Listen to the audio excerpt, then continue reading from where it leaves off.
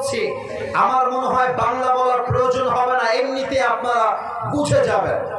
আল্লামা ইকবাল লিখেছেন, जो नसीब में है वो कभी छिन नहीं सकता और जो नहीं है वो कभी मिल नहीं सकता, जो चला गया उस पर सब्र आ जाएगा और जो आएगा उस पर शुक्र आ जाएगा। रब की फैसले अकल से तोले नहीं जाते, ये दिल के यकीन से समझे जाते हैं मेरे दोस्त। जो बुरा वक्त है वो भी लिखा हुआ है, जो अच्छा वक्त है वो भी लिखा हुआ है। तुम कहते हो के अगर नसीब में बुरा वक्त आएगा तो मैं क्या करूंगा, और मैं तुम्हें कहता हूं खुदा पर यकीन रखो, बुरा वक्त ही कभी नहीं आएगा। আরে কপালে যা লেখা আছে তা হারায় যাবে না, আর কপালে জানাই হয়তোবা হাজার চেষ্টা করলেও তা আসবে না।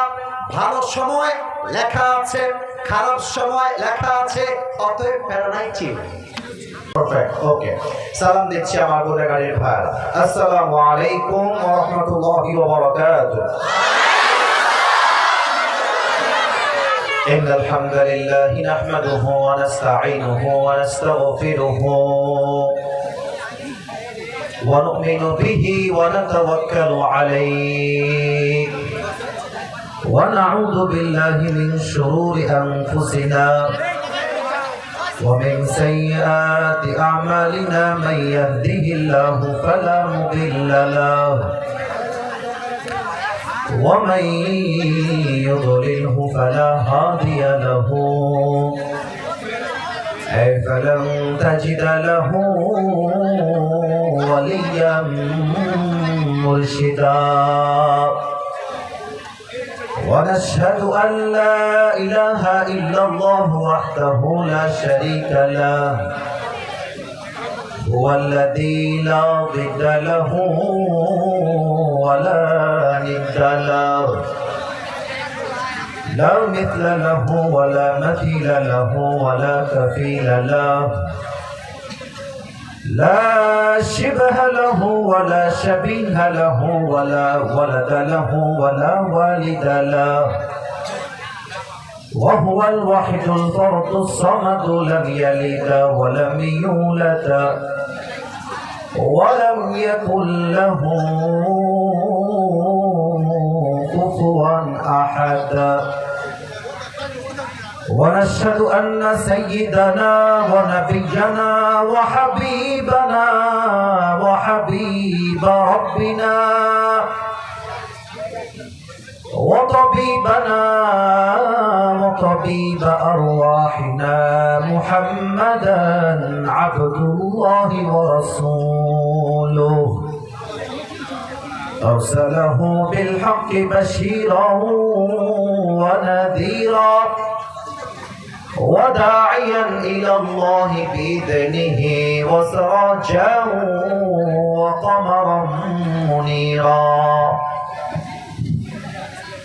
أما بعد فأعوذ بالله من الشيطان الرجيم. بسم الله الرحمن الرحيم. قل لن يصيبنا إلا ما كتب الله لنا. وقال تعالى في كلامه المجيد: قلنا يا نار كوني بردا وسلاما على إبراهيم. وقال تعالى في كلامه المجيد: يا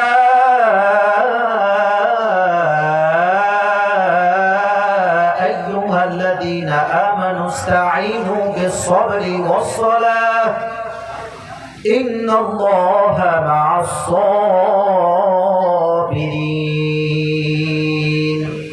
وقال رسول الله صلى الله عليه وسلم: بلغوا عني ولو آية، أو كما قال عليه الصلاة والسلام: إن الله وملائكته يصلون على النبي ইয়া আইয়ুহাল্লাযীনা আমানু সাল্লু আলাইহি ওয়া সাল্লিমু তাসলিমা اللهم صل على محمد وعلى آل محمد كما صليت على إبراهيم وعلى آل إبراهيم إنك حميد مجيد. বক্সটা আসলে কোথায় আছে? বক্সটা সামনে নতুন নতুন, এটা দাঁড়াবার জায়গা না, এটা সাইডে যেতে হবে, ওই সাউন্ডটা আসতে প্রবলেম হচ্ছে। হ্যাঁ, এটা ঠিক না। আপনারা যেখানে না আওয়াজ করা যাবে না, আওয়াজ করা যাবে না, যা করার লেট মি ডু ইট, আমি করছি। একটু সাইড করে পেছনে চাপতে হবে। সেলফি তোলা, ভিডিও করা এটা ইম্পর্টেন্ট না, দেখাটা ইম্পর্টেন্ট না, কি বলছি এটা বোঝাটা হচ্ছে সবচেয়ে বেশি ইম্পর্টেন্ট। কথা ঠিক আছে আমার? এই জায়গাটা ক্লিয়ার করো, অথবা বক্সটাকে এগিয়ে স্টেজে দিয়ে দাও। I think that will be better for us. ওইটা এখানে দাও। আমার মনে হয় বক্সটা তুলে এদিকে দাও, তাহলে এদেরকে কষ্ট দেওয়া যাবে না, যুবকদেরকে কষ্ট দেওয়া যায় না। ওটা এদিকে নিয়ে আসো, ওইটা বক্সটা এদিকে নিয়ে আসো, কমিটির ভাড়া নিয়ে আসো। আর এদিকেও একটু ফাঁকা চাই, একটু ফাঁকা চাই, যেন সাউন্ডটা আমার কান পর্যন্ত আসতে পারে। ঘোড়াগাড়ির ভাড়া কেমন আছেন আপনারা সবাই? আপনারা বুঝতে পারছেন? আলহামদুলিল্লাহ, আল্লাহ শুকরিয়া, আল্লাহ আমাকে ভালো রেখেছেন। আপনাদের প্যান্ডেলটা হয়েছে ছোট, লোক চারিপাশে অনেক বেশি দাঁড়িয়ে আছে গ্যাদারিং এর জন্য, বারবার সাউন্ড হচ্ছে, ডিস্টার্ব হচ্ছে। মাথায় রাখবেন, এই ওয়াজটা কালকে পুরো বাংলাদেশের মানুষ দেখবে।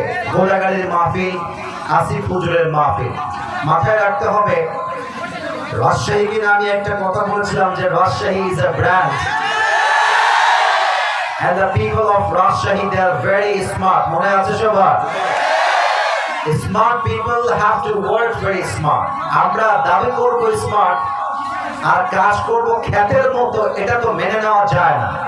আমাদের ভদ্রতা, আদব, শৃঙ্খলাবোধ বজায় রাখতে হবে। এই তো সাউন্ড অনেকটা কমে এসেছে। যে যার জায়গা থেকে হালকা পেছনে চেপে গেলেই আশা করা যায় সবকিছু ক্লিয়ার হয়ে যাবে। এই তোমার সাউন্ড অনেক ভালো হয়ে গেছে, 95% ইজ ক্লিয়ার। আর একটু বাড়ায় দাও, বক্সটা ভাগ করো, এভরিথিং উইল বি ক্লিয়ার, 100% ওকে হয়ে যাবে। এই তো মাশাআল্লাহ, কমিটিকে ধন্যবাদ। আমি আর কোনো সাউন্ড চাই না গোলাগাড়ির ভাই। আমার শেষ আবদার, বামে পারফেক্ট, সামনেও পারফেক্ট, ডানে একটু ক্রাউড আছে, ডানটা ক্লিয়ার চাই। আজকের এই প্রোগ্রামে বসতে পেরে আমরা সবাই খুশি না বেজার? আওয়াজটা আসতে পেলাম, খুশি না বেজার? পড়েন সবাই আলহামদুলিল্লাহ। আন-নূর ক্যাডেট মাদ্রাসা বালক ও বালিকা শাখা উদ্যোগে 2 দিন ব্যাপী তাফসীরুল কোরআন মাহফিলের আজকে দ্বিতীয় দিন। আমার পূর্বে কথা বলেছেন মাওলানা আব্দুল মতিন শেখগঞ্জ, আরো কথা বলেছেন মাওলানা আল আমিন বিন ময়ফুর। যারাই কথা বলেছেন কোরআন থেকে, হাদিস থেকে বলেছেন বলেই আমরা আশা রাখি। আল্লাহ সকলের কথা অনুযায়ী আমাদেরকে আমল করার তৌফিক দান করুন। পরে সবাই আমিন। আমার পূর্বে বক্তব্য দিয়েছেন মাহফিলের আজকের প্রধান অতিথি অধ্যাপক মুজিবুর রহমান, সাবেক এমপি, রাজশাহী ঘোড়াগাড়ি 1 তানো। আমি দোয়া করি আল্লাহ স্যারকে ইসলামের খাদেম হিসেবে কবুল এবং মঞ্জুর করুন। পরে সবাই আমিন। সভাপতি রয়েছেন মুহাদ্দিস রফিকুল ইসলাম, উপদেষ্টা অত্র মাদ্রাসা ও মুহাদ্দিস শাহ সুলতান রহমতুল্লাহি আলাইহি কামিল মাদ্রাসা বরিশাল বাড়ি। আমাদের মুহাদ্দিস সাহেব কি এসেছেন? হুজুর এসেছেন? ও মাশাআল্লাহ, হুজুর আমার ডান দিকে আছেন, আমার ওস্তাদ সমতুল্য, আমার বাবার সমতুল্য। আমি দোয়া করি আমাদের সভাপতি সাহেবকে আল্লাহ তাআলা ইসলামের একনিষ্ঠ দাঈ হিসেবে, ইসলামের প্রচারক হিসেবে কবুল করে। পরের সবাই গোলাগাড়ির আওয়াজে পরের সবাই আমিন। বাবারে বাবা, আওয়াজ তো খুব ভালো আছে দেখা যায়। আজকে বিশেষ অতিথি আছেন ডক্টর মোহাম্মদ ওবায়দুল্লাহ স্যার। কি এসেছেন? ওবায়দুল্লাহ সাহেব কোথায় আছেন? চলে গেছেন। আল্লাহ ওনাকেও নেক হায়াত দান করুন। পড়েন সবাই আমিন। আর বিশেষ করে আমাদের যিনি মোহতামিম সাহেব কোথায় আছে? মোহতামিম সাহেব ভাই, জানা তো নাম যেন কি? সালাউদ্দিন ভাই। আমার সবচেয়ে বেশি এই মানুষটা পরিশ্রম করেছে, দিন রাত দৌড়েছে, বুকের তাজা রক্ত পানি করেছে। ডেট নেওয়ার জন্য কয়েকবার কল করেও ব্যর্থ হয়েছে, ডেট আমরা রাখতে সক্ষম হই নাই। আসলে বাস্তবতা হচ্ছে আল্লাহ যদি কবুল করে নেয়, ওটাকে আটকে দিবে এমন কোন ক্ষমতা পৃথিবীতে তৈরি হয় নাই। তো আমার ভাইয়ের সৎ সাহস, তার ইচ্ছা আজকে এই মাহফিলকে বাস্তবায়নের দিকে নিচ্ছে। তবে ডানে আমি দুঃখ প্রকাশ করছি, তোমরা বারবার আওয়াজ করছো, এটা আমি এই কমিটি, তোমরা কথা দিয়ে না, হাত দিয়ে কাজ করো, ইশারায় কাজ করো। এই মাহফিলটার পরিবেশ নষ্ট করা যাবে না। একটা ওয়াজ সুন্দর হতে হলে অডিয়েন্সের বড় একটা রোল থাকে, অডিয়েন্সের বড় একটা দায়িত্ব থাকে। রাজশাহীতে একটা মাহফিল ছিল আমার এই 3-4 দিন আগে। মানুষের গ্যাদারিংয়ে দম বন্ধ অবস্থা, একজন আর একজনের উল্টায় পড়তেছে। আমার ছোট বোনটা আসছে, ও ধাক্কা খেয়ে বলছে তওবা করলাম, জীবনে তো মাহফিলে আমি যাবো না। আমার মা কষ্ট পাইছে, আমার মা জীবনের প্রথম আমার ওয়াজ শুনতে আসছে এই 3 দিন আগে, জীবনের প্রথম। আমার মা জায়গা পায় নাই, অটোর মধ্যে বসে বসে ওয়াজ শুনছে। আমার নানি জায়গা পায় নাই। তো আমার প্রিয় ভাইরা, আমরা পরিবেশটাকে সুশৃঙ্খল রাখতে চাই, এমন একটা ওয়াজ করতে চাই যে ওয়াজটা আজকে শেষ হবে না, বরং আজকের ওয়াজটা পুরো বাংলাদেশে ঐতিহাসিক ওয়াজ হয়ে থেকে যাবে। ঠিক না বলেন? এটা আমাদের রাজশাহীর মাটি, এটা গোদাগাড়ির মাটি। মেহেরবানি করে, গোদাগাড়িতে জাস্ট 2টা মাহফিল। This is the first one and the second one is coming very soon. আমরা চাই না আমাদের মাহফিল কোনোভাবে বাজে দিকে যাক। আমি তোমাদের পায়ে পড়লাম, যাও, আর কোনো আওয়াজ চাই না। যেখানে যেভাবে আছো স্টে লাইক দ্যাট, সেভাবেই থেকে যাও। আর আমরা কি আছি না চলে যাব? আর একটু জোরে, আছি না চলে যাব? ভূমিকায় কিছু কথা বলতে চাই। প্রথম ভাগে নারীদের জন্য, দ্বিতীয় ভাগে মুরব্বীদের জন্য, তৃতীয় ভাগে আমার কলিজার টুকরা যুবক ভাইদের জন্য। আপনারা কি ইয়েস নাকি নো? নো নাকি ইয়েস? নারীদের জন্য প্রথম কথাটা আমি অল্প ভাষায় একদম ভেরি প্রিসাইজলি বলতে চাই। একজন পুরুষ যখন মারা যায়, তার দেহের লাশকে ঢাকার জন্য কাফনের পার্ট হয় 3টা। গোদাগাড়ির ভাইরা, কাফনের পার্ট হয় কয়টা? এই গোদাগাড়ির সাউন্ড পাই নাই। আরে গোদাগাড়ির মানুষ তো কাপুরুষের বাচ্চা নয়, সব পুরুষের বাচ্চাগুলো আমার সামনে বসে। পুরুষের কাফনের পার্ট হয় 3টা। বলেন সবাই কয়টা? নারীর হয় 5টা। নারীর হয় কয়টা? আমি লজিক্যালি কিছু প্রশ্ন করছি, একটু বুঝে নিবেন। মুরব্বীরা একটু বুঝে নিবেন, মায়েরা বোনেরা একটু বুঝে নিবেন আসিফ হুজুরের কথা। একজন পুরুষ যখন মারা যায়, তাকে ঢাকার জন্য 3 পার্টের পোশাক বা কাফন ইউজ করা হয়। আর নারীকে 5 ভাগে কেন দেওয়া হয়? কারণ নারীর কোনো বডির পার্ট শো করানো যাবে না। আমার প্রশ্ন, জাস্ট 5টা পার্টেই কিন্তু শেষ হয় না। দেখবেন নারীর লাশের উপরে পুরোটা চাদর দিয়ে ঢেকে দেওয়া হয়, যাতে করে কেউ দেখতে না পারে। আচ্ছা, গোদাগাড়ির কাছে একটা প্রশ্ন, গোদাগাড়ির যুবকদের কাছে, মুরব্বীদের কাছে একটা প্রশ্ন। মরে যাওয়া লাশ একজন নারীর লাশ। দুলাভাই যদি এসে বলে আমি আমার শালীকে বড্ড ভালোবাসতাম, শালী আমারে বড্ড শ্রদ্ধা করত, সম্মান করত, আমার শালীর লাশটা আমি দাফন করবো, একটা কথা আওয়াজ দিয়ে বলবেন। কোন মুসলমান কখনো শালীর লাশকে দাফন করবার জন্য দুলাভাইকে পারমিশন দিবে? এত আসতে কেন? জোরে বলেন, দিবে? যেই দুলাভাইকে মৃত্যুর পরে লাশটা নামাবে পারমিশন দেওয়া হয় না, অথচ জীবিত থাকা অবস্থায় এই শালী দুলাভাইয়ের সঙ্গে ওপেনলি পাবলিক প্লেসে বাইকের পেছনে জড়ায় ধরে ঘুরে বেড়াতো।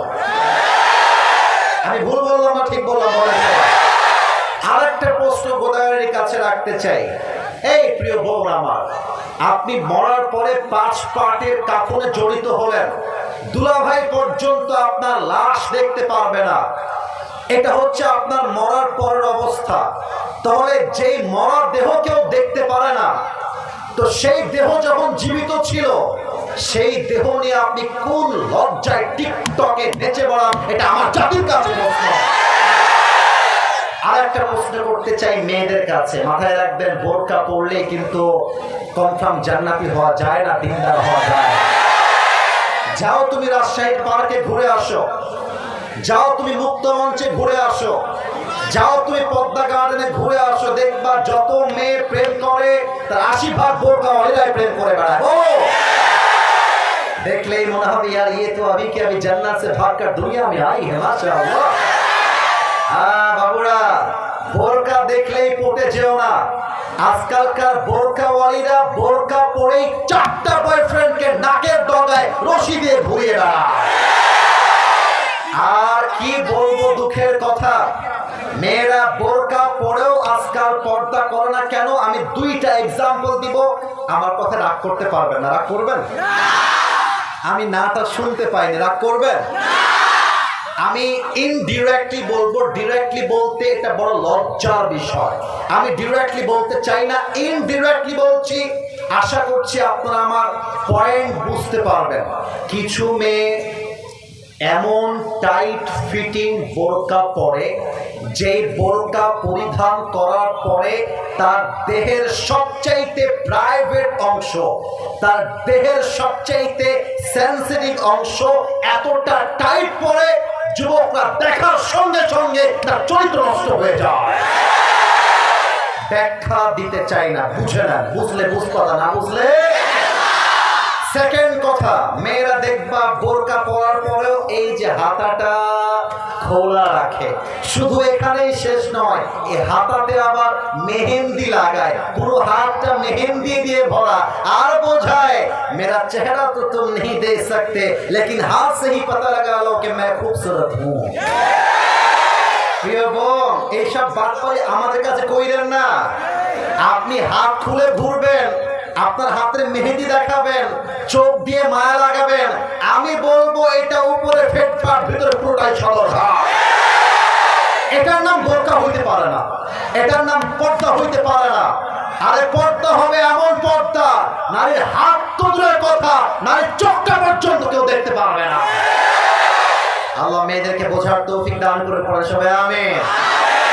মেয়েরা বোরকাও পরে ফ্রি মিক্সিং এ ঘুরে বেড়ায়, মেয়েরা বোরকাও পরে হ্যালো ভাইয়া কেমন আছেন, ভুলে গেছেন ভাইয়া। আর বোরকা পরে এমন মিষ্টি ভাষায় কথা বলে, এই তো পয়েন্টে চলে আসছি। আমরা তো একটু কিছু বললেই ইফতিজিং হয়ে যায়, একটু কিছু বললেই মামলা হয়ে যায়। তোমরা যে ঘুরে বেড়াও, তোমাদের দোষ হয় না কেন? আপনি রাস্তায় রাখছেন মাছের প্লেট, আর মাছের প্লেটের উপরে কোনো প্লেট নাই, মাছ খুলে রাখা। বিড়ালকে বলবেন এই বিড়াল খবরদার শোনামনি। বিড়াল বলবে তুই যতই ওয়াচ কর কাজ হবে না, আমি মাছ খেয়েই ছাড়বো। প্রিয় বোন, আমাদেরকে ইফতিজিং মামলা দেওয়ার আগে আপনাকে আপনার বোরকা ঠিক করতে হবে, আপনাকে আপনার পোশাক ঠিক করতে হবে, চরিত্র ঠিক করতে হবে। আমরা কিছু বললেই দোষ হয়ে যায়। কি বলবো, বোরকাওয়ালি মেয়েদের রুচিও খারাপ, আজকালকার দিনদার পছন্দ হয় না, গাঞ্জাখোর মেয়েদের বেশি পছন্দ। আল্লাহ মেয়েদেরকে হেদায়েত দান করুন, পড়ে সবাই আমিন। আমি কি কথা একটাও মিথ্যা বলেছি? আমি যা বললাম মিথ্যা না, সত্য। 2 নাম্বার কথা আমার মুরব্বীদের জন্য, যদিও বা আজকের মাহফিলে 95% আপ, 95% আজকের মাহফিলের শ্রোতা আমার কলিজার টুকরা যুবক ভাইরা এসেছে। তবে কিছু মুরব্বী আছে, এটা অস্বীকার করা যায় না। আমার আব্বা জানের পায়ে হাত রেখে 2টা কথা বলবো। আব্বা জান, আমি আপনার নাতি, আমি আপনার ছেলে, আপনি আমার দাদা, আপনি আমার নানা। ও আব্বা যান, ও দাদা যান, ও নানা যান, আপনি যখন গোদাগাড়ির মাটিতে চায়ের দোকানে বসে পায়ের উপরে পাটা তুলে টানেন না, এটা দেখতে ভালো লাগে না আব্বা জান, এটা পছন্দ হয় না আমাদের কাছে। জান্নাতে নিতে চাই বলেই বলছি, আমি আপনার শত্রু নই। আব্বাজান, নিজে দাঁড়িয়ে রাখলে জান্নাতে যাওয়া যায় না, 5 ওয়াক্ত নামাজ পড়লেই জান্নাতে যাওয়া যায় না। আপনার ছেলের বিয়ের বয়স হয়েছে, আপনি বিয়েতে চান না, এটার জন্য আপনি জান্নাতে যাবেন। আমার আব্বাজানদেরকে বলবো, আব্বাজান, আমি যুবকদেরকে উস্কায় দেওয়ার জন্য আসি নাই, তবে মাথায় রাখবা, বিয়ে ছাড়া একজন যুবকের চরিত্র রক্ষা করবার সেকেন্ড কোন অপশন বাংলাদেশ নয়। এখন আব্বা বলবে, হুজুর আমার ছেলে তো কামাই করার টাকা নাই, বাড়ি নাই, পয়সা নাই। আরে আমার কথা, আমি সেই মেয়েকে বিয়ে করব যে আমার সঙ্গে ডাল ভাত খেয়েও থাকতে পারবে। আমি সেই মেয়েকে বিয়ে করব, ভাত হবে আমার, গোস্ত হবে আমার, 2 পিস হবে গোস্ত, 1 পিস খাবে সে, 1 পিস খাবো আমি। আর আব্বাজান আপনি কি বলবেন? আমার কথাটা একটু শোনেন। আব্বা বলবে, ছেলের আব্বা, কার আব্বা? না শুনি না, কার আব্বা? ছেলের আব্বা বলবে যে বাবা তুই বিয়ে কর, তোর যদি মাসে 2-3 হাজার টাকা লাগে, তোর বাপ ইনশাআল্লাহ ব্যাকআপ ফাইল হয়ে তোর বাসায় আজীবন ছিলাম, আজীবন থাকবো। আর মেয়ের বাবা বলবে যে বাবু বিয়ে করবা করো, কিন্তু আমার মেয়ের দায়িত্ব আমার ছিল, আমারই থাকবে। 1 বছর 2 বছর তুমি চাকরি খোঁজো, ব্যবসা করো, যখন তুমি স্ট্যাবলিশ হবা, সফল হবা, টাকাওয়ালা হবা, তখন তুমি আমার মেয়ের দায়িত্ব নিয়ে সব চালাবা। ততক্ষণ পর্যন্ত বাবারে বাবা প্রেম করিস না, স্বামী হয়ে বাঁচ, বউ হয়ে বাঁচ। বাপের সাহায্য, মেয়ের বাপের সাহায্য, 2টা মিলে গেলেই খাপে খাপ মঞ্জুর বাপ। আল্লাহ বাবাদেরকে বোঝার তৌফিক দান করুন, পড়েন সবাই আমিন। 3 নাম্বার কথা যুবকদের জন্য বলা যাবে না? তোমরা রাগ করে আছো না? বলা যাবে? আমার দিকে তাকাও, এটার নাম ডানে আওয়াজটা বেশি, বামে আওয়াজ পাই না। Okay, let me ask you this question very clearly. Okay, আমি পেছনে যাচ্ছি, এবার বলেন, এইটা আমার মুখে কালো কালো কি? আমাকে পান দেওয়া যাবে না গো, আমাকে তোমরা পান দিও না গো, আমাকে জাস্ট বলো যে আমাকে দাড়ি রেখে কেমন লাগছে, তোমরাই বলো। আর স্মার্ট না স্মার্ট? কোন মেয়ে যদি বলে তুমি রসুলের ভালোবাসায় দাড়ি রেখেছো, তোমাকে বিয়ে করতে পারবো না, তুমি বলে দিবা তোমার মতো মেয়ের জন্য বিটিএস হিজড়া ছাড়া পারফেক্ট কোনো অপশন আছে।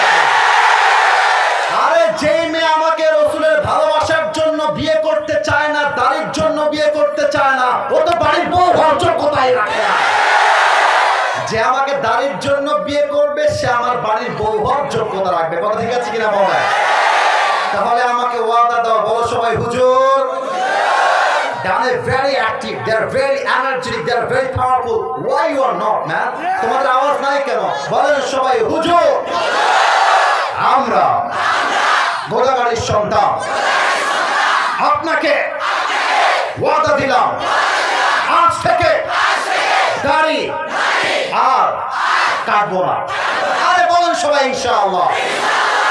2 নাম্বার কথা কিন্তু অনেকের গায়ে লাগবে, বলা যাবে নাকি যাবে না? আর একটু জোরে যাবে। আমি কোনো রাজনৈতিক বক্তব্য দেওয়ার জন্য গোদাগাড়ির মহিষার বাড়িতে আসি নাই, তবে আগামীতে নির্বাচন আসছে, নির্বাচন হবে, আমার কোনো অবজেকশন নাই, বাট নির্বাচনে নেতা হবে সে যে কোরআনের পক্ষ হয়ে কাজ করবে। আচ্ছা, আমার ডানে একজন আলেম মুহাদ্দিস বসে আছে, ওনাকে দেখা যায় নাকি যায় না? ওনাকে সহ সবার কাছে আমার একটা প্রশ্ন, বিবেকের কাছে প্রশ্ন। একটা মসজিদে ইমাম নেওয়া হবে, ইমামকে নেওয়ার পূর্বে ইন্টারভিউ হয়, ইমামের মোজ কেমন, ইমামের দাড়ি উঠেছে কিনা, ইমাম বিয়ে করেছে কিনা, ওর বই পর্দায় থাকে কিনা, ইমামের চরিত্র কেমন, ও হাফেজ কিনা, ওর যোগ্যতা আছে কিনা, ওর বয়স কেমন। ও বাবা, 500 মুসল্লির মসজিদে ইমাম নেওয়ার জন্য এরকম পা ছাটাই জাস্টিফাই হয়, চুল খুলে দেখা হয়, না পারে পায়জামা খুলে দেখবে, এমনও করে অনেক লোকেরা আছে না? মাত্র 500 লোকের ইমাম নেওয়ার জন্য এত জাস্টিফাই, এত প্রশ্ন, এত ইনভেস্টিগেশন। ভোটের সময় আসলে একজন এমপি যে 3 লাখ মানুষের জন্য কাজ করবে, একটা শহরের জন্য কাজ করবে, এমপি সুদখোর কিনা, সে এমপি ঘুষখোর কিনা, সে এমপি জেনা করেছে কিনা, এটার খবর নেওয়া হয় না। কেন কেন কেন কেন? আপনার কাছে ভোট চাইতে আসবে, আপনি বলবেন আপনি নামাজ পড়েন কিনা, আগে তাই বলেন। ভোট চাইতে আসবে, আপনি বলবেন আপনার মুখে লম্বা চাপদারি কোথায়, আমাকে বলেন। ভোট চাইতে আসবে, আপনি বলবেন আগামীর 5 বছরে আপনি এই গোলাগাড়ির জন্য কি করবেন, আমাকে লিখে দিয়ে যান। ভোট চাইতে আসবে, সোজা ভাষায় বলবা আপনাকে ভোট দিব সম্মানের খাতিরে, স্যালুট মারলাম পা দিয়ে হাত দিয়ে, কিন্তু ভোটে যাওয়ার পরে যে রূপ চেঞ্জ হয়ে যায়, এখন হাত দিয়ে মারলাম পা দিয়েও মারলাম, রূপ চেঞ্জ হইলে হাত দিয়ে না পায়ের জুতা দিয়ে আপনাকে মারবো। ওইসব ধান্দাবাজির সময় শেষ, দেশ পরিবর্তন হয়েছে। আগামী বাংলাদেশে ক্ষমতার চেয়ারে আমরা কোনো নারীকে বরদাস্ত করতে পারবো না। লাস্ট কথা, শেষ কথা, দেখা যাক গোলাগাড়ির মানুষ আমাকে কেমন করে রেসপন্স করতে পারে। আমরা আগামী সংসদে এমন একজন প্রধানমন্ত্রীকে দেখতে চাই, যে প্রধানমন্ত্রী চাইলে দেশের জাতীয় সংসদে দাঁড়িয়ে যেমন বক্তব্য দিবে, আমার দেশের প্রধানমন্ত্রী চাইলে ঢাকার জাতীয় মসজিদ বাইতুল মুকাররমে দাঁড়িয়ে জুমার খুতবা দেওয়ার যোগ্যতাও রাখবে। হাত তুলে বলো ঠিক কিনা? আল্লাহ যেন কবুল করে, পড়েন সবাই আমিন। আপনারা কি আমার কথাগুলো রাগ করলেন? আমি যে কথাগুলো বললাম 2 ঘন্টা ওয়াচ করলে যে কাজ হতো আধা ঘন্টায়, আমার মনে হয় সেই কাজটা হয়ে গিয়েছে। আপনাদের বউ আছে কার কার, একটু হাত তুলেন। বউ আছে? আচ্ছা, বউ আছে, হাত নামান, হাত নামান। এবার তোমাদের যাদের বউ নাই, কপাল পোড়া, হতভাগা, সিঙ্গেলরা হাত তোলো সবাই। ক্যামেরাম্যান জলদি ফোকাস করো। কারো বউ নাই? এ আমি বিশ্বাস করি না। আল্লাহ সবাইকে দিনদার নেককার বউ দিয়ে দিক, পড়ে সবাই আমিন। আরে আব্বা বোঝে না রে, আব্বা বোঝে না। শীতকালে যার বউ নাই তার জীবনে কিছুই নাই। আল্লাহ প্রত্যেকটা যুবকের ঘরে ঘরে বউ দান করুন, পড়ে সবাই আমিন। 3টা তাকবীর দিয়ে তাফসীর শুরু হবে। প্রথম তাকবীর দিবে আমার বিবাহিত ভাইরা। বিবাহিত ভাইরা একটা কাশি দেন। বিবাহিত ভাইরা, না না না, আমি দিচ্ছি, বসে পড়ো। বিবাহিত ভাইরা, আমি কিন্তু আপনাদের পক্ষে আছি, বিপক্ষে নয়। দেখা যাক কারা জিতে। নাম্বার আপনারা দিলেই বুঝবেন। It's time for the married people. বিবাহিতদের পালা। বিবাহিতরা, আমি বলবো লিল্লাহি তাকবীর, আপনাকে বলতে হবে আল্লাহু আকবার। দেখা যাক বিবাহিতদের জোর কত। লিল্লাহি তাকবীর। ওরে বাবা রে বাবা।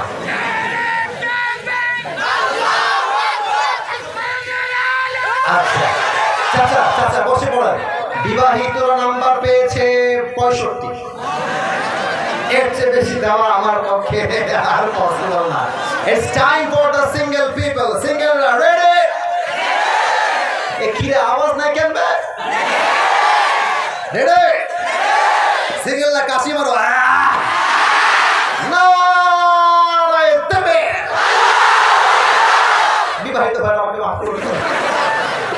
আজকে আমার সিঙ্গেল ভাইরা 90 নাম্বার পেয়ে পাস করেছে, ঠিক না? এবার কোনো ভাগাভাগি নেই, সবাই মিলে একটা তাকবীর দিব, কোনো ভাগাভাগি নেই। এমন জোরে আমি সহ, মুহাদ্দিস সাহেব সহ, প্রিন্সিপাল সহ, সবাই সহ এক তাকবীরের ঠেলা স্টেজ ভেঙে পড়ে যাব।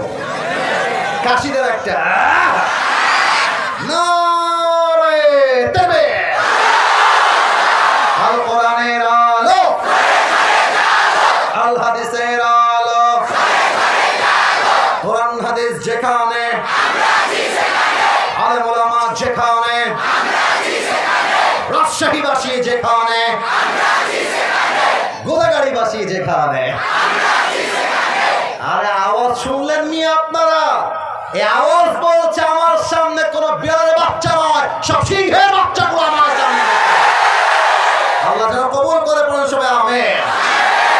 তাফসীরের মাঝে কোন মামুর বেটা যদি উঠে যায়, লুঙ্গি টেনে ধরে বসিয়ে দিবা। রাজি আছো? এই লুঙ্গি যেন খুলে বাঁচা। আর একটা কথা, কেউ যদি উঠে যায় ওই সারা বউ পাবে না। এর রাজশাহীর ভাষা এরকম না, বলো বলো, যে উঠে যাবে বলবে ঘিরে নেয়। খবরদার, ওয়াজ শুরু হবে একদম দোয়া পর্যন্ত থাকতে হবে। একটা লোক উঠে গেলে ওর সঙ্গে ব্যবহার কিন্তু ভালো হবে না, ঠিক না বল? ব্যবহার ভালোই থাকবে, এটা ভালোবাসার দাবি একটা। আমরা চাই একসাথে এসেছি, আবার কবে দেখা হবে আল্লাহ ছাড়া কেউ জানে না। আমরা কি দোয়া পর্যন্ত থাকতে চাই কি চাই না? দেখা যাক কেমন চাই। একটা তাকবীর দেন, লিল্লাহি তাকবীর। সূরা তাওবা 51 নম্বর আয়াত আমি গোদাগাড়িবাসীর জন্য তেলাওয়াত করেছি। এবার আমার প্রশ্ন, আপনাদের উত্তরের পালা। সূরাটার নাম সূরা তাওবা। গোদাগাড়িবাসী, সূরাটার নাম সূরা তাওবা। আওয়াজ পাইছি, আরেকবার। সূরাটার নাম কোরআন কারীমে একটা সূরা আছে যেই সূরার শুরুতে বিসমিল্লাহ নাই, সেই সূরাটার নাম রাইট আনসার। আয়াত হচ্ছে 51। বলেন সবাই 51 নম্বর আয়াত। আমি তেলাওয়াত করছি, তেলাওয়াতটা আগে মন দিয়ে শুনবেন, তারপরে ট্রান্সলেশন হবে, and then we will talk about the explanation। এরপরে আমরা ব্যাখ্যায় যাব। আমি তেলাওয়াত করছি। أعوذ بالله من الشيطان الرجيم قل لن يصيبنا إلا ما كتب الله لنا هو مولانا وعلى الله فليتوكل المؤمنون الله أكبر Allah Ta'ala বলছেন, whatever I have decided for you will must happen। হে আমার বান্দা শোনো, আমি আল্লাহ তোমার কপালে যা লিখে রেখেছি তা আটকে দেওয়ার সাধ্য কারণে, and whatever I have not decided for you will never ever happen। এই বান্দা, আর আমি যা লিখে রাখি নাই, পুরো দুনিয়ার ক্ষমতা মিলে ট্রাই করলেও সেই জিনিসটা তোর হাতে কেউ তোকে দিতে পারবে না, ঠিক না বল? পারতপক্ষে কপালে যা ঘটে, জীবনে যা ঘটে, জীবনে যা ঘটছে, এই পুরো ক্ষমতাই আছে এক সত্তার হাতে। বলেন সবাই, তিনি কে? তাহলে আমি বলবো প্রথম বাক্য, আপনারা বলবেন দ্বিতীয় বাক্য। আমার প্রথম বাক্য বুঝাই দেই, যা কপালে আছে তা হারিয়ে যাবে না। আমি বলবো যা কপালে আছে, আপনারা বলবেন তা হারিয়ে যাবে না। রেডি আছেন সবাই? আমি চাই আয়াতটা কলিজার ভেতরে বসে যাবে। Let's try it together। যা কপালে লেখা আছে তা হারিয়ে যাবে না। এবার সেকেন্ড বাক্য, যা কপালে নেই তা কখনো আসবে না। এবার আমি বলছি সেকেন্ড পার্ট, আপনারা বলবেন যা কপালে লেখা নেই। তোমরা বলো না এই ফাঁকিবাজ। আরেকবার, যা কপালে লেখা নেই তা কখনো। আল্লামা ইকবাল এক অসাধারণ উর্দু কবিতা লিখেছেন। আমি আয়াতটার জন্য কোট করছি। আমার মনে হয় বাংলা বলার প্রয়োজন হবে না, এমনিতে আপনারা বুঝে যাবেন। আল্লামা ইকবাল লিখেছেন, जो नसीब में है वो कभी छिन नहीं सकता और जो नहीं है वो कभी मिल नहीं सकता। जो चला गया उस पर सब्र आ जाएगा और जो आएगा उस पर शुक्र आ जाएगा। रब की फैसले अकल से तोले नहीं जाते, ये दिल के यकीन से समझे जाते हैं मेरे दोस्त। जो बुरा वक्त है वो भी लिखा हुआ है, जो अच्छा वक्त है वो भी लिखा हुआ है। तुम कहते हो के अगर नसीब में बुरा वक्त आएगा तो मैं क्या करूंगा, और मैं तुम्हें कहता हूं खुदा पर यकीन रखो, बुरा वक्त ही कभी नहीं आएगा। আরে কপালে যা লেখা আছে তা হারায় যাবে না, আর কপালে জানাই হয়তোবা হাজার চেষ্টা করলেও তা আসবে না। ভালো সময় লেখা আছে, খারাপ সময় লেখা আছে, অতএব প্যারা নাই। চিল কথা বোঝেন নাই আপনারা? প্যারা নাই, চিল মাথায় রাখবেন। ফাইন্না মাআল উসরি ইউসরা, ইন্না মাআল উসরি ইউসরা। Indeed, with every hardship there is ease। কষ্টের সাথে স্বস্তি আছে। অনেক যুবক এখানে বসে আছে, ছাকা খেয়ে বেকার হয়ে গেছে। বলো, আরে বেটা তুই তো একটা মেয়ে দুনিয়াতে নেই, আরো সুন্দরী মেয়ে দুনিয়াতে আছে। আরে সকিনা, তুমি ছাড়লে আমার পরোয়া নাই। তোমার মতো সকিনা ছাড়লেই তো আমার জীবনে ফাতেমার আগমন ঘটবে। মাথায় রাখতে হবে, কোন মেয়ে চিট করলে বেটা মানুষের তো ছ্যাঁকা খাওয়ার কোনো প্রশ্নই নাই। ও একটা বিয়ে করবে, ওর জন্য একটা বিয়ে যায়। আমি মরদ, আমার জন্য 4টা বিয়ে যায়। ছ্যাঁকা খাইলে তুমি খাবা, I have to enjoy myself. আমার কথা একটা বাবুরা, কোন মেয়ের জন্য লাইফ নষ্ট করা যাবে না। সালমান শাহের দিকে তাকাও, তার জীবন নিয়েছে তার বউ সামিরা। মেয়ে মানুষ বড় ডেঞ্জারাস হয়, যাই বল। আমাদের পুরুষদেরকে বিশ্বাস করা যায়, বা বেশিরভাগ ক্ষেত্রে নারীকে বিশ্বাস করা যায় না। 80% যুবকের জীবন নষ্ট হয় একজন চরিত্রহীন লম্পট মেয়ের জন্য। অতএব কেউ চলে গেলে যেতে যাও, কিন্তু তুমি তোমার জীবনে এত ভালো কিছু করবা। আরে ওই রকম একটা সকিনা না, একটা জরিনা না, ওরকম হাজার সকিনার জন্য তোমার পেছনে তোমাকে লাইন ধরে বিয়ে করার জন্য।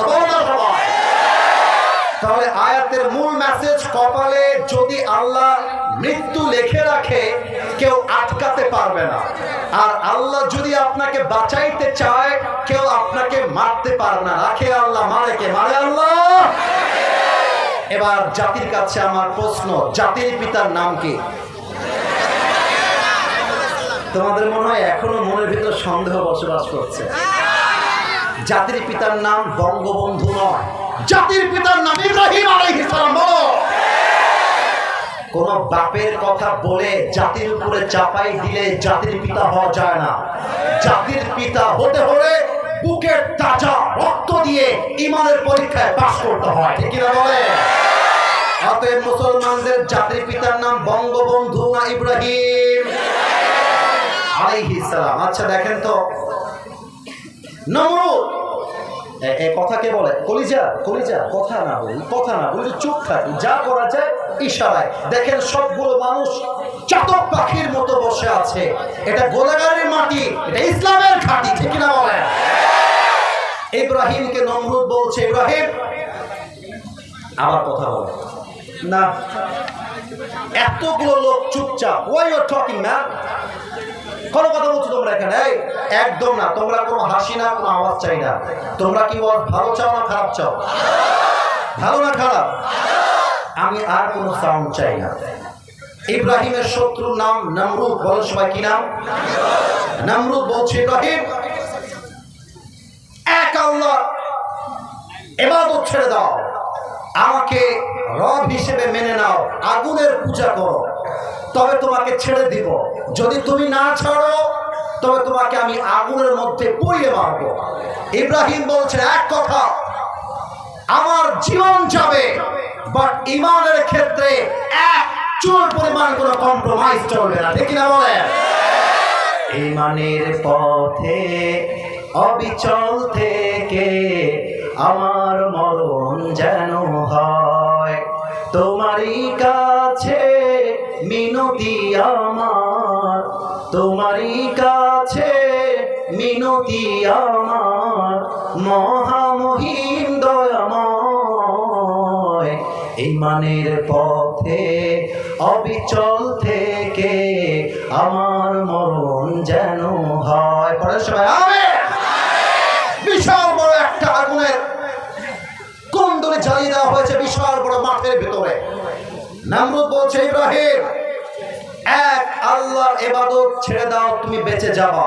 ইব্রাহিম বলছে, এক কথা, জীবন থাকতে তোর মতো কাফেরের সামনে আমার মাথা এক চুল পরিমাণ নত হবে না, ঠিক না বলে? এবার জিবরাইল আসছে। কে আসছে? আসতে কেন বলেন সবাই, কে আসছে? জিবরাইল কানে কানে বলছে। যুবকরা কি অ্যাক্টিভ আছে কিনা দেখা যায়। কিসে কিসে বলছে? আরেকবার কিসে কিসে বলছে? বলছে, ইব্রাহিম আমার কথা শোনো, তুমি আমার কাছে সাহায্য চাও, আমি তোমার জন্য এমন সাহায্য করব তোমাকে নমরুদ আগুনে ফেলতেই পারবে না। কিন্তু ইব্রাহিম বলছে এক মারাত্মক কথা, ইব্রাহিম বলছে, হে ফেরেশতা, হে জিবরাইল, আমি তো এমন কোন রবের ইবাদত করি না যেই রব তার বান্দার দুঃখ কষ্ট নিজের চোখে দেখে না। আরে আমার আল্লাহ আমার জন্য এনাফ, কাউকে আমার দরকার নাই, ঠিক না? নমরুদ বলছে ইব্রাহিমকে ফেলিয়ে দাও আগুনে। যখন আমার দুই হাত দেখেন তো সবাই, প্রিয় ভাই, দেখা যায়? হাত তুলতে হবে না, দেখা যায় কিনা বলেন? না, আওয়াজটা আগের চাইতে একটু কমে গেছে। দুই হাত দেখা যায়? নমরুদ বলছে, কাফেররা, ওকে ধরে আগুনে ফেলিয়ে দাও, ফেলিয়ে দাও। যখন ফেলানো হবে সঙ্গে সঙ্গে আল্লাহ তাআলা বলছেন, হে আগুন, কুলনা ইয়া নারু কুনি বারদান ওয়া সালামান আলা ইব্রাহিম। আল্লাহ বলছে, আগুন, আমার ইব্রাহিমের জন্য তুমি এই মুহূর্তে শান্তিদায়ক ঠান্ডা হয়ে যাও।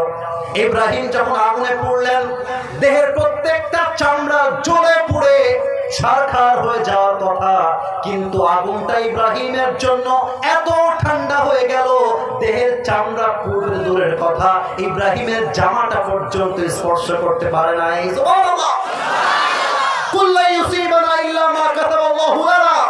হে ইব্রাহিম, আমি আল্লাহ তোমাকে বাঁচাবো, পুরো দুনিয়ার কাফেররা মিলে তোমার একটা চুল বাড়ায় করতে পারবে না, ঠিক না বলে? আল্লামা দেলোয়ার হোসেন সাঈদী নাম শুনছেন? না, আওয়াজটা এত কম হলে তো হয় না। আল্লামা সাঈদী নাম শুনেছেন? উনি জাস্ট মুরব্বীদের কলিজার টুকরা নয়, উনি হাজার লক্ষ যুবকের কলিজার মধ্যে বসবাস করে, ঠিক না বলে? আল্লামা সাঈদীকে বলা হয়েছিল তিনি নাকি রাজাকার। আমি কি ভুল বললাম না ঠিক বললাম বলে? ওনাকে বলা হয়েছিল রাজাকার। আচ্ছা, একটা গোপন কথা বলে দিই, এটা হয়তো বা অনেকে আপনারা জানেন, অনেকে আপনারা জানেন না। আচ্ছা, আল্লামা সাঈদীকে এত ট্যাগ বাদ দিয়ে রাজাকারের ট্যাগ কেন দেওয়া হলো? That's the question. আমার কথা কি বোঝা যায়?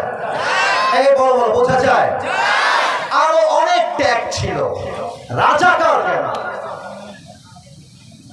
স্বৈরাচাররা চেয়েছিল আল্লামা সাঈদীকে জনগণ থেকে বিচ্ছিন্ন করতে, কিন্তু আল্লাহ বলছেন, হে আল্লামা সাঈদী, হে সাঈদী শোনো, স্বৈরাচার যতই ট্রাই করুক না কেন, তোমাকে যতই জেলখানায় বন্দী করে তোমার সম্মানকে নামানোর চেষ্টা করুক না কেন, আমি আল্লাহ তোমার সম্মানকে কমিয়ে দিব না, তোমার সম্মানকে আমি আল্লাহ আরশ পর্যন্ত পৌঁছায় দেব, ঠিক না বলে?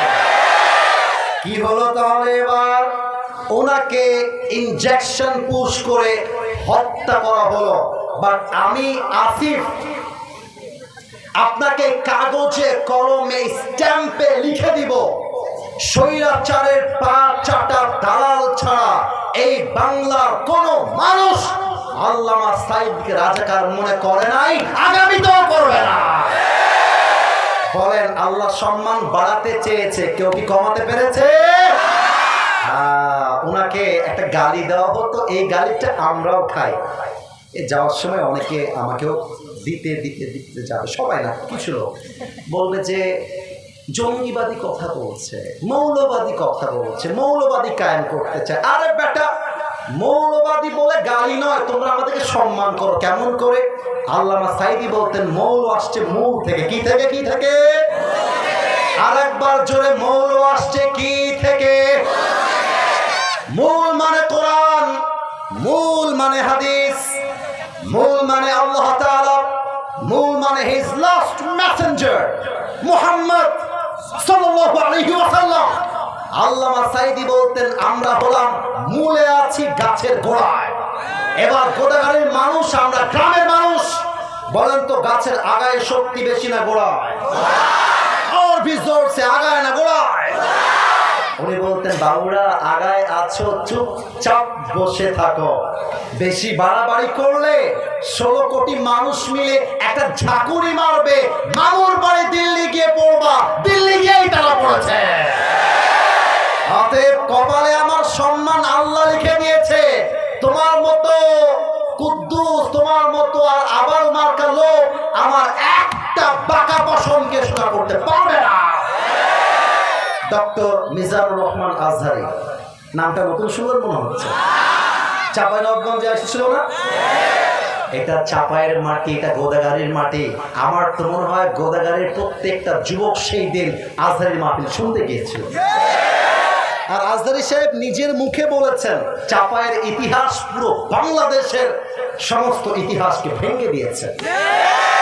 আর এই কথা 4 দিন আগে আমি চাপাই নিজেকে বলে আসছি, কারণ আমি না জানি গোদাগাড়ির মাটি কোন মাটি, আমি না জানি চাপায়ের মাটি কোন মাটি। আর এখানকার মানুষ তো ইসলামের জন্য বুকের তাজা রক্ত দিয়ে শহীদ হওয়ার জন্য প্রস্তুত হয়ে বসে থাকে। আজহারীকে 2020 সালে রাজাকার বলে গো ব্যাক টু মালয়েশিয়া, যাও মালয়েশিয়ায় গিয়ে যা করা করো, বাংলাদেশে ঠাঁই হবে না। এই গোদাগাড়ির যুবক ভাইরা, আজকে যারা মালয়েশিয়া পাঠিয়েছিল তারা আজকে নেই, বাট আমাদের আজহারী বুকের পাটাকে উঁচু করে বাংলার মাটিতে ইসলামের জন্য কাজ করছে, ঠিক কিনা বলো? এটাই কপালের খেলা, এটাই কপাল। আল্লাহ যা লিখে রেখেছে তা হারিয়ে যাবে না, আর আল্লাহ যা লিখে রাখে নাই হাজার চেষ্টা করলেও কেউ তোমাকে তা দিতে পারবে না। এটার নামই ভাগ্য, ঠিক কিনা বলে? এবার একটা প্রশ্ন করব, অনেকে আটকায় যেতে পারে, তাই একটু 3 সেকেন্ডের গ্যাপ নেন। 1 2 3। মাথা কি ঠিক আছে সবার? ব্রেন কি অ্যাক্টিভ আছে? আছে আছে। আচ্ছা, এই মোবাইল ওয়ালারা মোবাইলটা একটু অফ করে দিয়ে প্রশ্নটা শোনো, প্রশ্নটা শোনো। বলেন তো মুসলমানদের ইতিহাসে, মাশাআল্লাহ কত সুন্দর একটি, মুসলমানদের ইতিহাসে প্রথম যুদ্ধ কি ছিল? নামটা বলেন তো সবাই। এই জোরে, কিসের যুদ্ধ?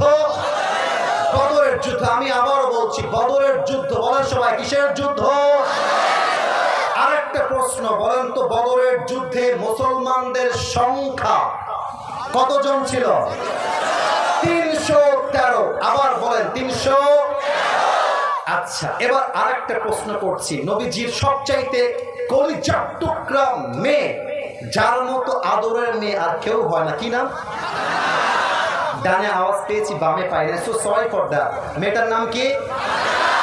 আরেকটা প্রশ্ন, লাস্ট কথা, ফাতেমার স্বামীর নাম কি ছিল? আরেকটু জোরে, কি নাম ছিল?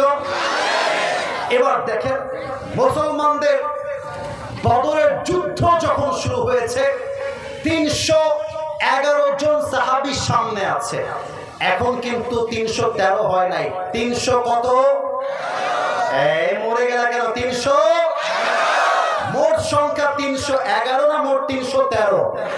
313। দেখেন, আল্লাহ রাসূল ভাষণ দিচ্ছেন সাহাবীদের জন্য, হে সাহাবীরা, যুদ্ধের জন্য প্রস্তুত হয়ে যাও। তোমার সন্তান ইয়াতীম হতে পারে, তোমার মা সন্তান হারা হতে পারে, তোমার বউ বিধবা হতে পারে, বাট আল্লাহর জমিনে আল্লাহর দ্বীনকে কায়েম করবার জন্য একবার শহীদ হয়ে গেলে সবার সাথে তোমাদের জান্নাতে দেখা হবে। সুবহানাল্লাহ পড়বেন না আপনারা?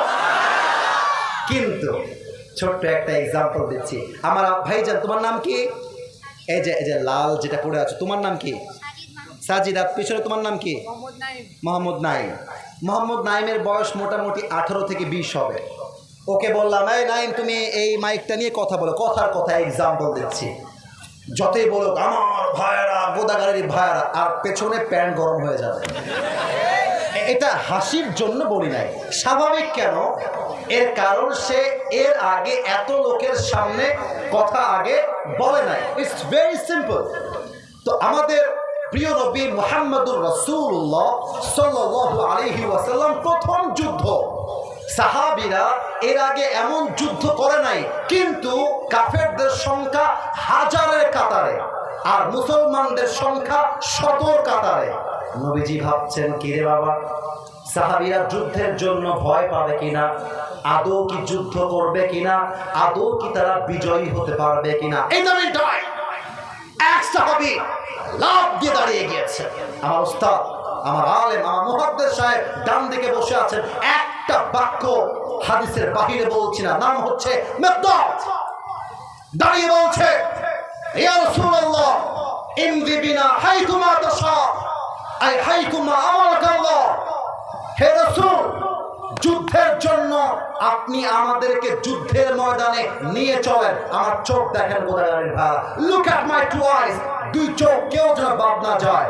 ওই সাহাবী দুই আঙ্গুলকে উঁচু করে দুই চোখের এইখানে দিয়ে বলছে, যতক্ষণ পর্যন্ত এই দুই চোখের পাতা বন্ধ হবে খুলবে, খুলবে বন্ধ হবে, অর্থাৎ আমার দেহে এক ফোঁটা রক্ত থাকা অবস্থায় কাফেরদের বিরুদ্ধে লড়াই চলছে, চলতেই থাকবে। আল্লাহু আকবার। নবীজির কলিজা বড় হয়ে গেছে। আরে বেটা, তোর সাহস তো কম না রে, তুই তো আমার সাহস বাড়িয়ে দিয়েছিস। আচ্ছা, একটু আমার হাতের দিকে তাকান তো, এটার নাম কিসের বক্স? হ্যাঁ, সাউন্ড পাচ্ছি কিন্তু আগের চেয়ে অনেক ভালো। কিসের বক্স? আচ্ছা, এটা আমি কি বের করলাম? এক সাহাবী একটা ছোট্ট প্লেটে করে, একটু অভিনয় করছি হাদিসটাকে বোঝাবার জন্য, একটা প্লেটে করে খেজুর নিয়েছে, খাচ্ছে আর রসুলের কথা শুনছে। কথা কি বোঝা যায় নাকি যায় না?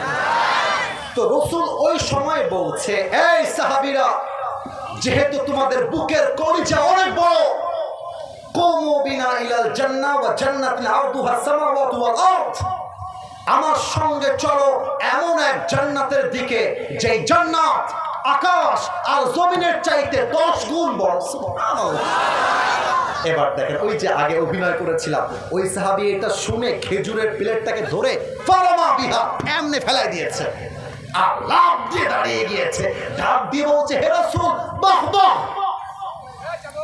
আইমা আযমাহা মিন জান্নাতিন ওয়া আহসানাহা, what an amazing surprise announcement. হে রাসূল, আপনি কি বললেন? আপনার সঙ্গে যুদ্ধ করব, বুকের তাজা রক্ত দিয়ে শহীদ হব, আবার এমন জান্নাত পাবো যেই জান্নাতটা দুনিয়ার চাইতে বড়, আকাশের চাইতে বড়। ও আল্লাহু আকবার। হে রাসূল, আমার তো তাড়া সইছে না, আমাকে এখনই নিয়ে যান, আমি বুকের তাজা রক্ত দিয়ে শহীদ হয়ে এখনই আল্লাহর জান্নাতের বাসিন্দা হতে চাই। আচ্ছা বাবু, তুমি দাঁড়াও, লাল পাঞ্জাবি কলিজা, তুমি দাঁড়াও, তুমিও দাঁড়াও, ভয় নাই, ভয় নাই, দাঁড়াও। কে যায় রে? তোর বাড়ি কোথায়? বসো না গো, গে মা গে, কে বে? বসো বসো। একটা যুবক উঠবে, ওকে আমরা প্রতিবাদ করে আবার বসাই দিব, ঠিক না?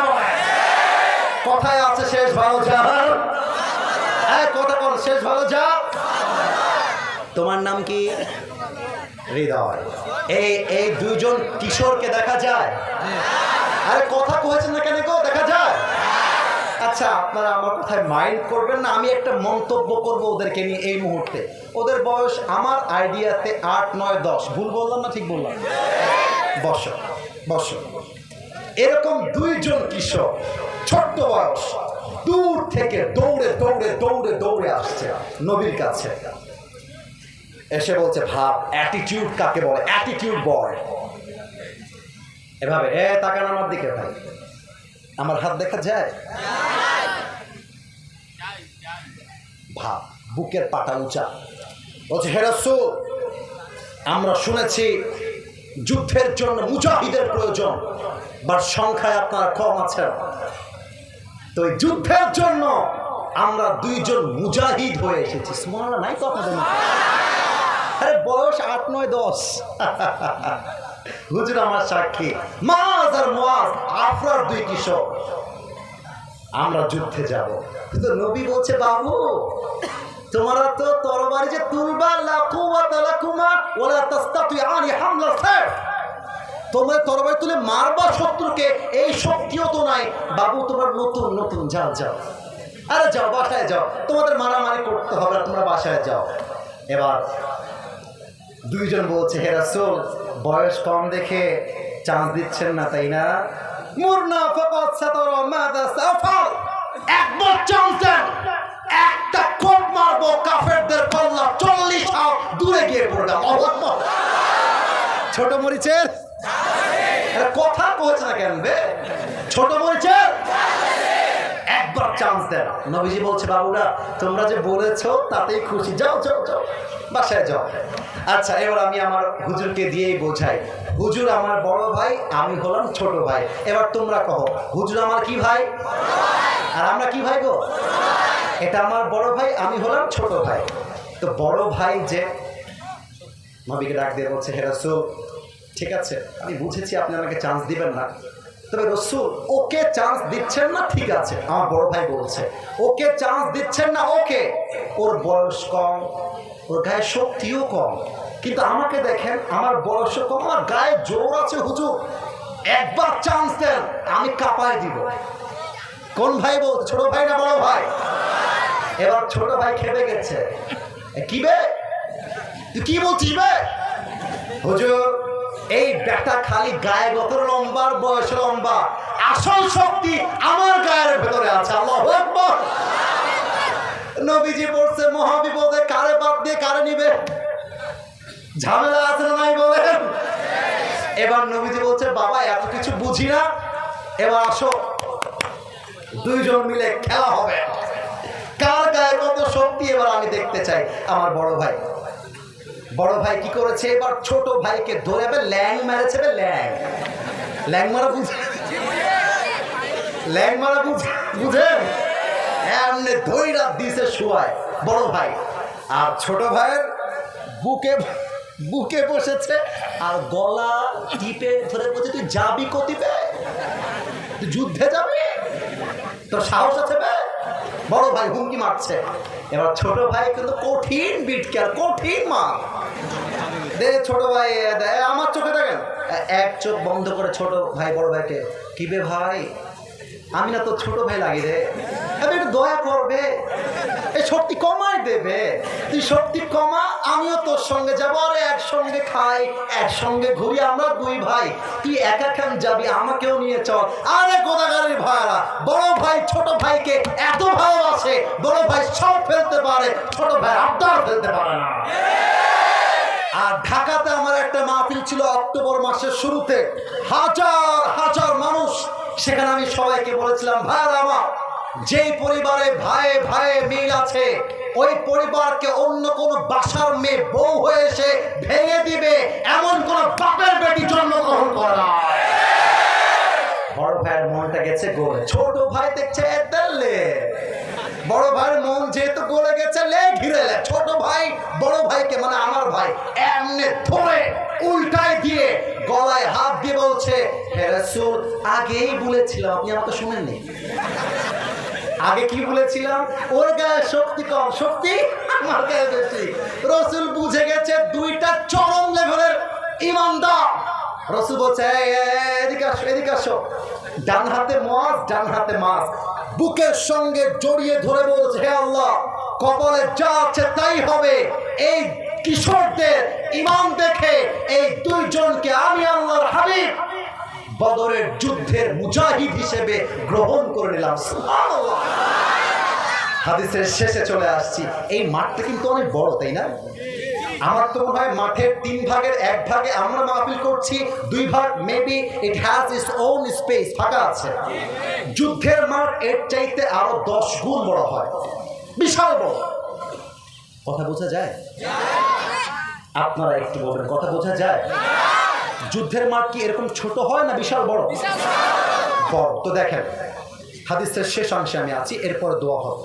কাফেররা বাম দিকে, মুসলমানরা ডান দিকে।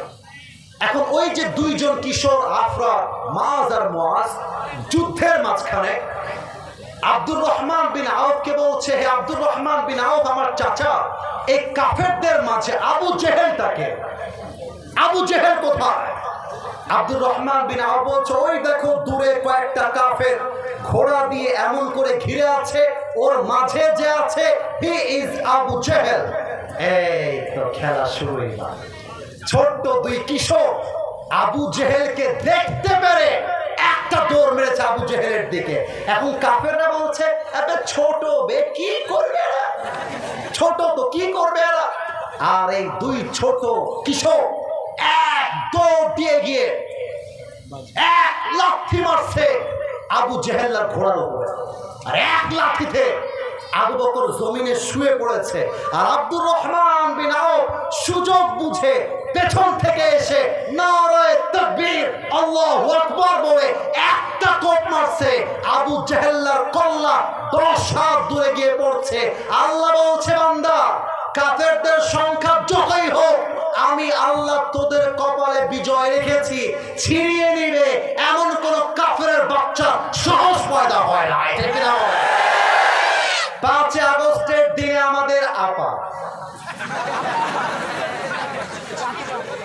আমাদের আপার হাতে র‍্যাব ছিল, আর্মি ছিল, বিডিআর ছিল, পুলিশ ছিল, তথা কথিত গুন্ডালিক বাহিনীও তার হাতে ছিল। না আসতে বললে আমি ভাববো আপনারা আমার বিরুদ্ধের লোক। কথা ভুল না ঠিক বললাম? আপা ভেবেছে তোরা আমাকে লড়াইতে পারবি না, ক্ষমতা still it is in my hand, আমার হাতে সব ক্ষমতা। আল্লাহ বলছে, বাবু, আল্লাহ বলছে, হাসিনা আপা,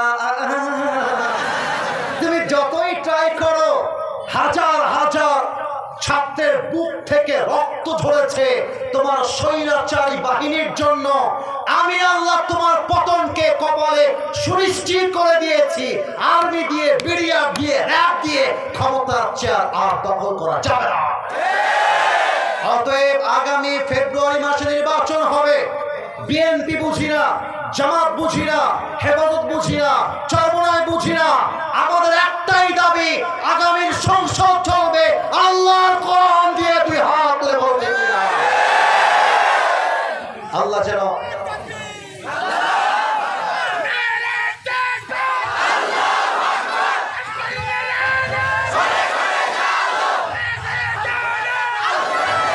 আমার সাথে তাকবীর দেন না।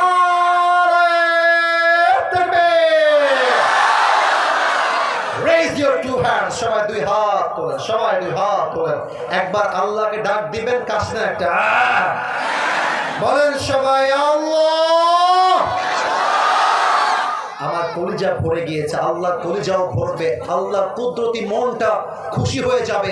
একটু হাতটা মুষ্টিবদ্ধ, জাস্ট লাইক দিস, এমন ভাবে বলেন সবাই, আল্লাহ। আমি তোমার শাহী দরবারে দিল থেকে তওবা করলাম। ও আল্লাহ, তুমি আমার জীবনের সব গুনাহ মাফ করে দাও। একটু একটু দিল থেকে বলেন না, মাফ করে দাও। বলেন সবাই আমিন। লাস্ট ওয়াদা বলেন, আল্লাহ, আজকে ঘোড়াগাড়ির মহিষাল বাড়িতে আপনাকে ওয়াদা দিলাম, আল্লাহ, আজ থেকে এক ওয়াক্ত নামাজ আর একটু জোরে, আর কখনো। এবার আমি হাত যেমন নাড়াবো তেমন করে আপনারাও নাড়াবেন, ছাড়বো না। মাশাআল্লাহ।